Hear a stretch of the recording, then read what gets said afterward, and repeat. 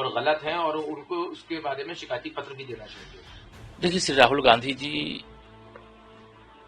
नेता प्रतिपक्ष हैं, लेकिन आज मैं यह कह सकता हूं कि देश को जिस प्रकार से आज आगे बढ़ाने वाले अत्यधिक परिपक्व माननीय प्रधानमंत्री जी मिले हैं, सत्ता पक्ष मिला है, उतना ही अपरिपक्व विपक्ष मिला है।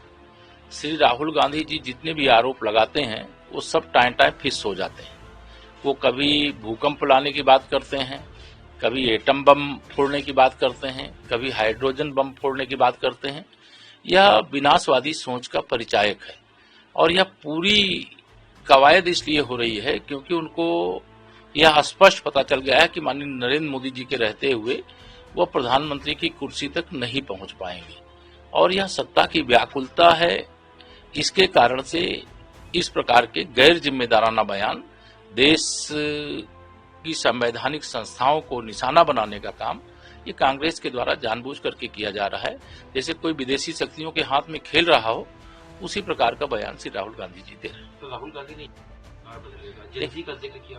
देखिए, ये मतलब अत्यधिक गैर जिम्मेदाराना इस प्रकार के बयान है, लेकिन उनको ये पता नहीं चलता है कि इस देश का युवा, इस देश का नागरिक पहले अपने देश के लिए करता है, देश के लिए जूझता है, देश के बारे में निर्णय करने का जब समय आता है वो निर्णय भी करता है। और यह कोई राजतंत्र वाली व्यवस्था नहीं है कि कौन नृप होए हमें कहानी, चेरी छोड़ना होए बरानी। अब तो समय वो आ गया है कि जनता जिसको चाहती है उसको चुनती है, जिसको चाहती है देश और प्रदेश की बागडोर सौंपती है। यह कांग्रेस लगातार चुनाव हार रही है, इसके कारण बौखला गई है और श्री राहुल गांधी जी जैसा भारत के इतिहास में अपरिपक्व नेतृत्व तो कभी देखने को नहीं मिला। सर, गृह मंत्री अमित शाह ने जिस तरह से बिहार में चुनाव होने वाला है, उससे पहले राहुल गांधी की यात्रा बचाओ यात्रा है और अगर महागठबंधन की सरकार आती है तो घुसपैठ बढ़ जाए। देखिए, माननीय गृह मंत्री जी ने जो कहा है वो कोई गलत नहीं कहा है।